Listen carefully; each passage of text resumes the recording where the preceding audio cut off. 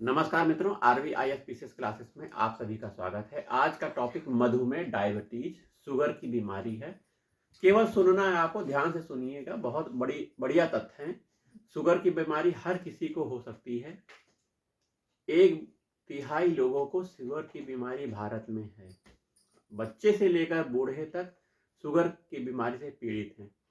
Insulin इसमें बहुत महत्वपूर्ण भूमिका निभाता है। इंसुलिन का जो कार्य है, पहला कार्य है, आप जो भोजन करते हैं, भोजन बनता है, अंत में ग्लूकोज में बदल जाता है। ग्लूकोज को ग्लाइकोजन में बदलने का काम करता है इंसुलिन। ग्लूकोज को ग्लाइकोजन में बदलने का काम इंसुलिन करता है।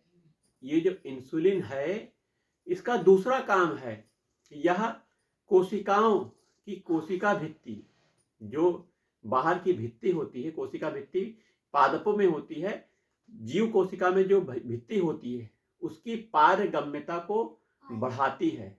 किस चीज के लिए पारगम्यता? पारगम्यता का मतलब आने जाने को सुलभ बनाना। क्या आने जाने को सुलभ बनाना? ब्लड में ग्लूकोज होता है, जब खाना पच जाता है अंत में ग्लूकोज में बदल जाता है, जो खून में चला जाता है, खून से पूरे शरीर की कोशिकाओं में जाता है, पूरे शरीर में भ्रमण करता है।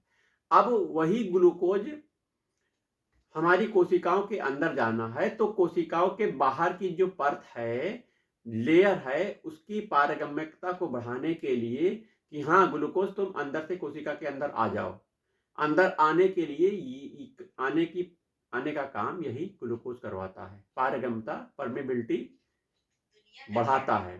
तो ये कार्य इंसुलिन के हैं।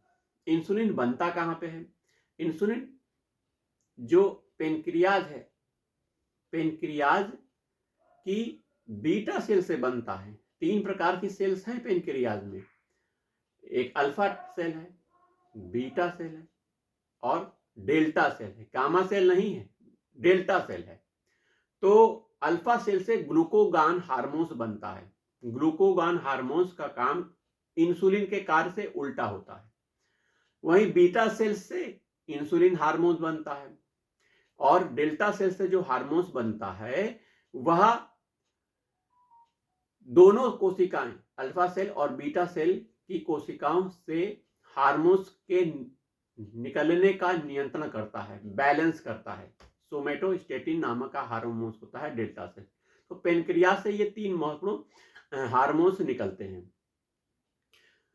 हम वो जो भोजन करते हैं, भोजन करने के बाद ग्लूकोज बनता है। ग्लूकोज यदि अत्यधिक मात्रा में बन गया है शरीर में, तो कुछ तो कोशिकाओं में ऊर्जा के लिए जाएगा, लेकिन कुछ जो बचा हुआ है उसका शरीर क्या करेगा? उसका शरीर का विभिन्न भाग, जैसे लीवर हो गया, उस ग्लूकोज को स्टोर करके रखेगा भविष्य के लिए।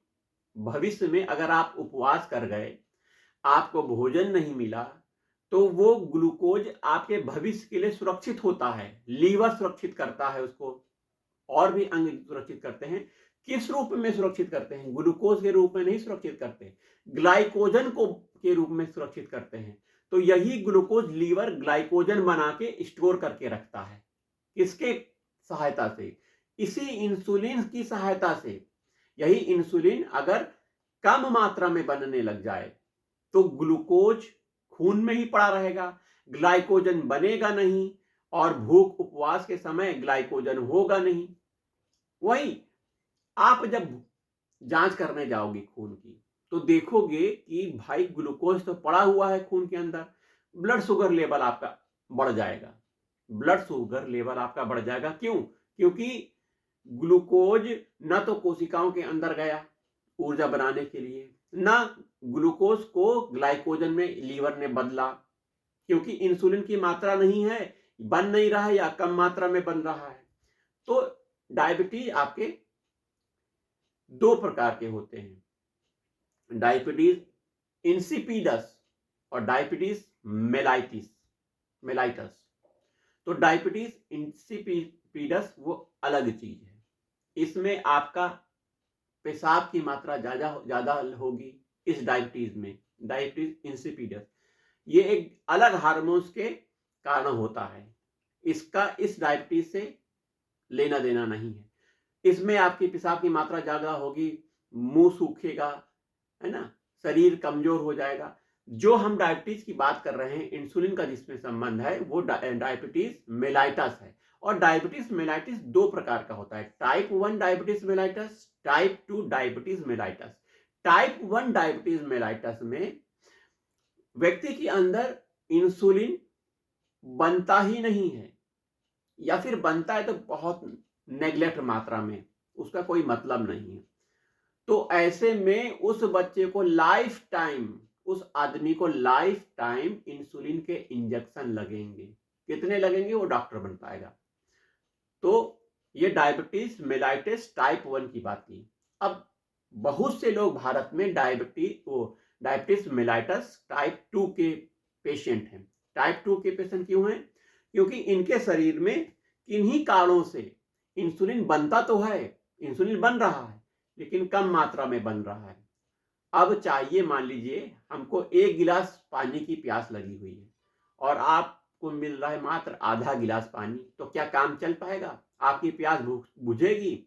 उसी प्रकार शरीर को जितनी मात्रा में इंसुलिन की आवश्यकता होती है, उतनी मात्रा में इंसुलिन नहीं बन रहा होता है, कम बन रहा होता है। ऐसे में दवाइयों का सेवन किया जाता है ना, या फिर आप इंसुलिन के इंजेक्शन भी ले सकते हो। डायबिटीज होने का कारण क्या है?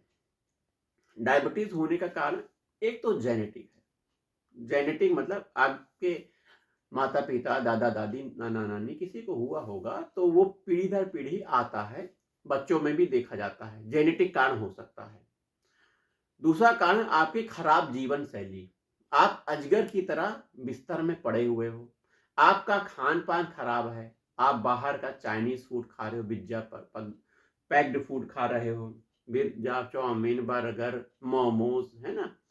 आप अधिक से अधिक वसी पदार्थों का सेवन कर रहे हो, आप वर्कआउट नहीं कर रहे हो। वर्कआउट मतलब आप एक्सरसाइज नहीं कर रहे हो, योगा प्राणायाम ध्यान नहीं कर रहे हो, आप पैदल नहीं चल रहे हो, साइकिलिंग नहीं कर रहे हो, आप कार में चल रहे हो। तो ये सब कारण है आपके डायबिटीज मेलाइटस, इंसुलिन कम बनने के। जीवन शैली आपने खराब कर ली, या फिर किसी प्रकार से पेनक्रियाज में कोई एक्सीडेंट हो गया, वह अंग दुर्घटनाग्रस्त हो गया, तो ऐसे में पेनक्रियाज की बीटा सेल्स इंसुलिन का निर्माण नहीं करती हैं। अन्य कारण भी हो सकते हैं। तो ये सब मेन कारण हैं। सबसे ज्यादा परेशानी जीवन शैली आपकी खराब है, तो अपनी जीवन शैली को आप बैलेंस करिए। आप समय पे सोइए, समय पे उठिए। लोग आजकल रात को लंबी लंबी पार्टियां कर रहे हैं और सोने का समय रात को 1 बजे 2 बजे हो रहा है, और सुबह उठ रहे हैं सवेरे 8 9 10 बजे तक उठ रहे हैं। गलत जीवन शैली है, तो ये आपके शरीर को भविष्य में बहुत नुकसान देगी।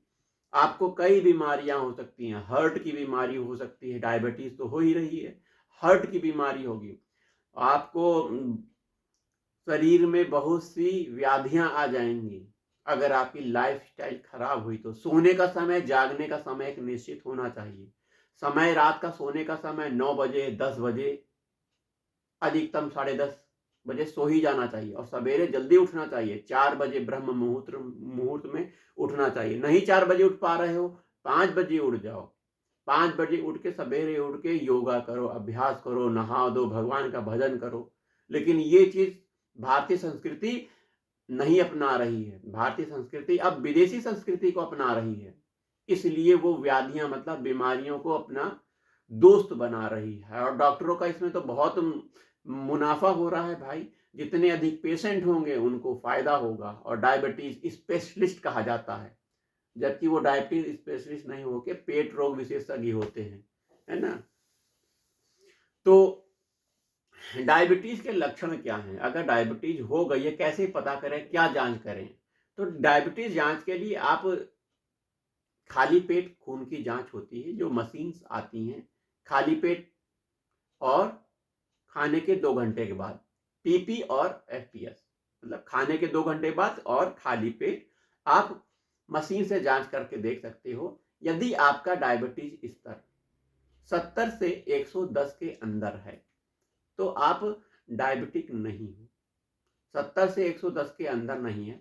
अगर 110 से आपका ऊपर चला जाता है, कहीं कहीं 100 कर मानते हैं, 70 से 100 मानते हैं, 60 से 100 मानते हैं, ये सब मानते हैं, तो हमने जो पढ़ा है वो 70 से 110 है। 110 से ऊपर अगर आप 120 130 तक जा रहे हैं तो प्री डायबिटिक कहलाते हो। 130 से ऊपर 130 40 से अगर ऊपर चला गया आपका, तो कहा जाता कि हाँ आपको शुगर की बीमारी है, आप शुगर की चपेट में आ गए हो। तो ऐसे में अगर आप ध्यान रखोगे तब आप खान पान का सही बैलेंस रखोगे, डायबिटीज से बच जाओगे।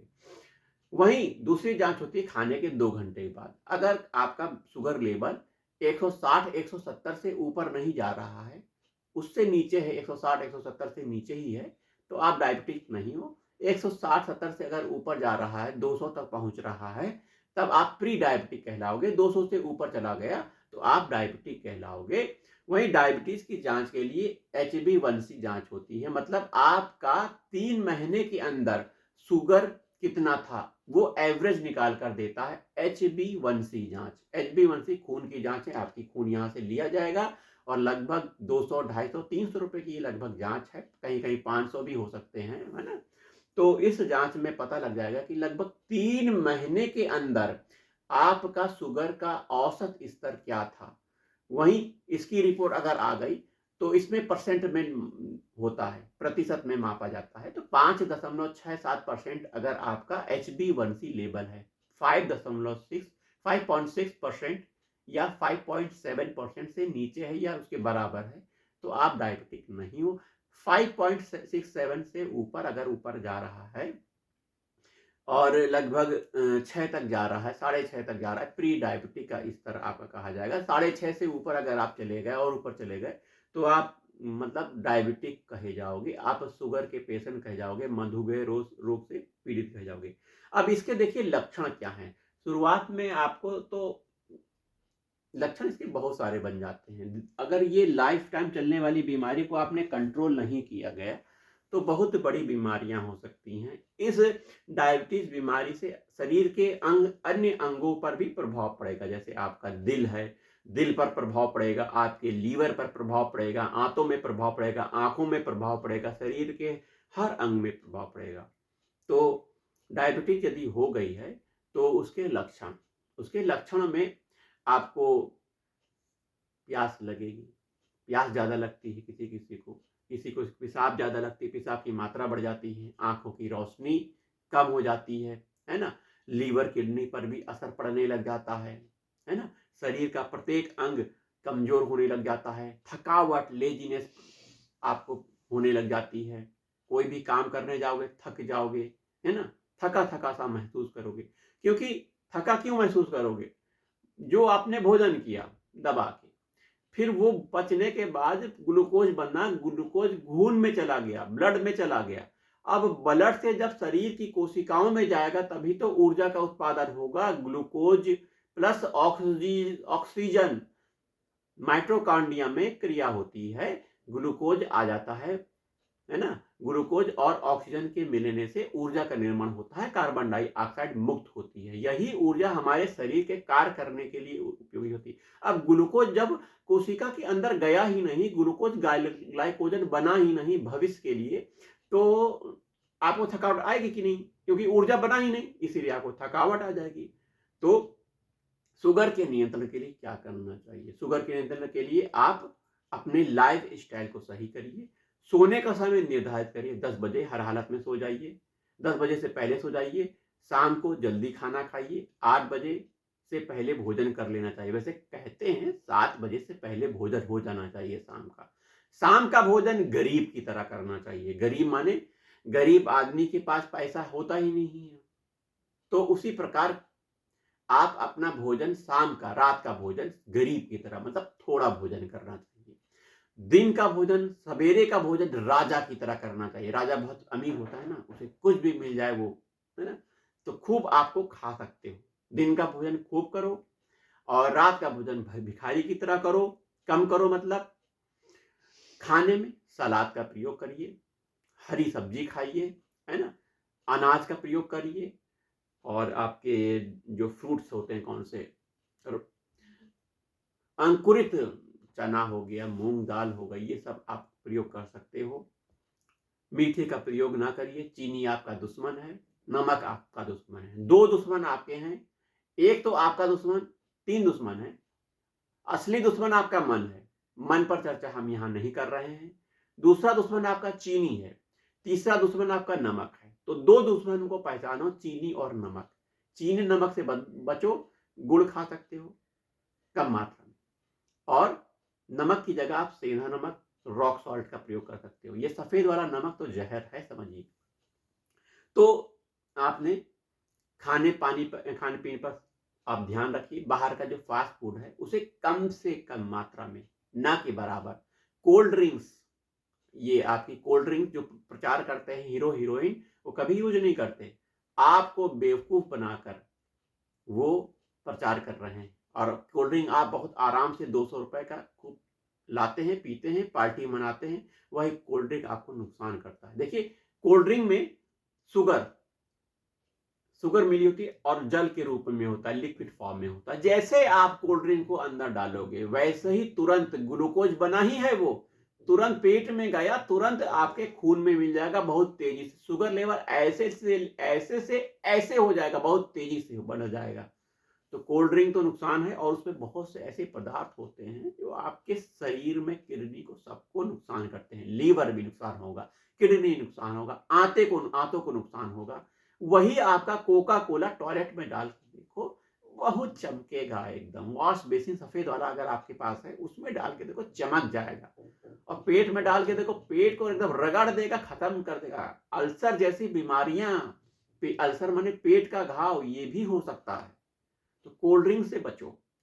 कोल्ड ड्रिंक से बचने क्या पिया जाए? नींबू पानी पीजिए, शिकंजी पीजिए, आप छाछ का प्रयोग करिए, है ना। छाछ क्या है? प्रोबायोटिक।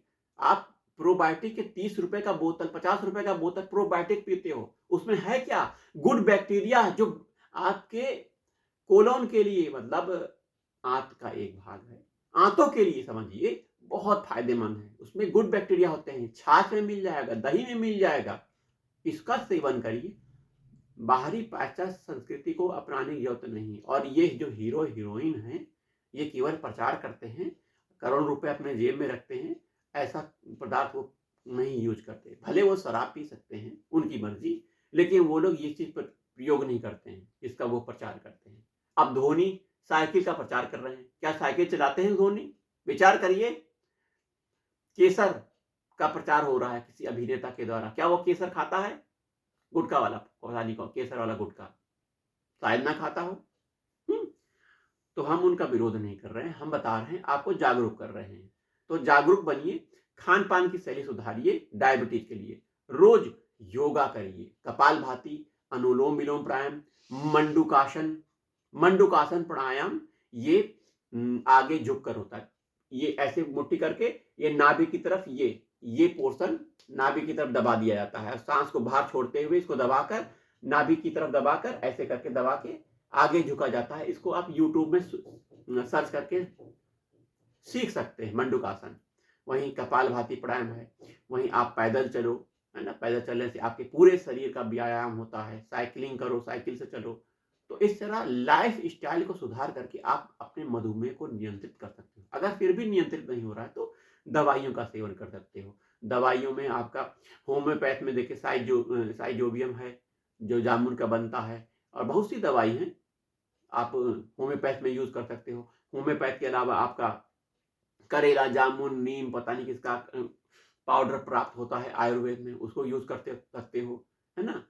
या फिर आप अंग्रेजी दवाओं का प्रयोग कर सकते हो। मेटफॉर्मिन 500 mg, 1000 mg, बहुत सी दवाइयां हैं, आप डॉक्टर की सलाह से आप यूज कर सकते हो। वहीं अगर आपका इंसुलिन नहीं बन रहा है तो डॉक्टर की सलाह के अनुसार आप इंसुलिन का इंजेक्शन ले सकते हो। इंसुलिन सेफ है कि दवाई सेफ है? मुद्दा अब ये है, इंसुलिन सेफ है कि दवाई सेफ है? देखिए, दवाई खा रहे हो तो उसका कोई साइड इफेक्ट होगा, है ना, साइड इफेक्ट होगा। आप मेटफॉर्मिन खाओगे तो लीवर को इफेक्ट करेगा, लीवर के साथ आपको भूख नहीं लगी, बहुत से कॉम्प्लिकेशन हो सकते हैं, है ना। आपको वॉमिटिंग जैसी आ सकती है मेटफॉर्मिन खा रहे हो तो, है? आपका जी मचला सकता है। ये सब लक्षण होते हैं, हमको हुए थे, हम भी डायबिटिक हैं, हम कंट्रोल करते हैं। तो ये लक्षण हुए थे शुरुआत में। तो जो डायबिटीज में इंसुलिन लेना सेफ है कि नहीं, ये बहुत बड़ा मुद्दा है।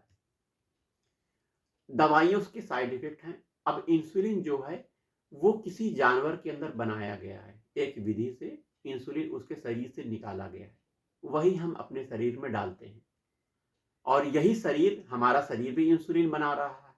ये दवाई नहीं है, एक हार्मोन्स है। क्या है ये? हार्मोन।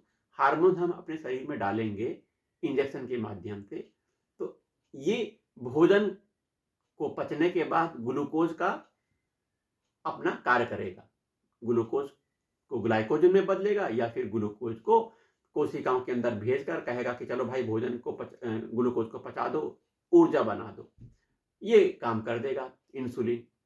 तो इंसुलिन हानिकारक नहीं है, दवाइयां हानिकारक हो सकती हैं। आप डॉक्टर की इस बात में सलाह ले सकते हैं, है ना। हमारी बात इतनी है। वीडियो कैसा लगा हमें कमेंट करके बताइएगा। डायबिटीज आज भारत में बहुत तेजी से बढ़ रहा है। जीवन शैली को सुधार करिए, खान पान को सुधार करिए, सोने और उठने के समय को सुधार करिए। भारतवासी आलसी बहुत बन रहे हैं। आलस्य को दूर करके भगवत प्राप्ति के मार्ग में बढ़िए। चलिए आगे बढ़ते हैं। नमस्कार।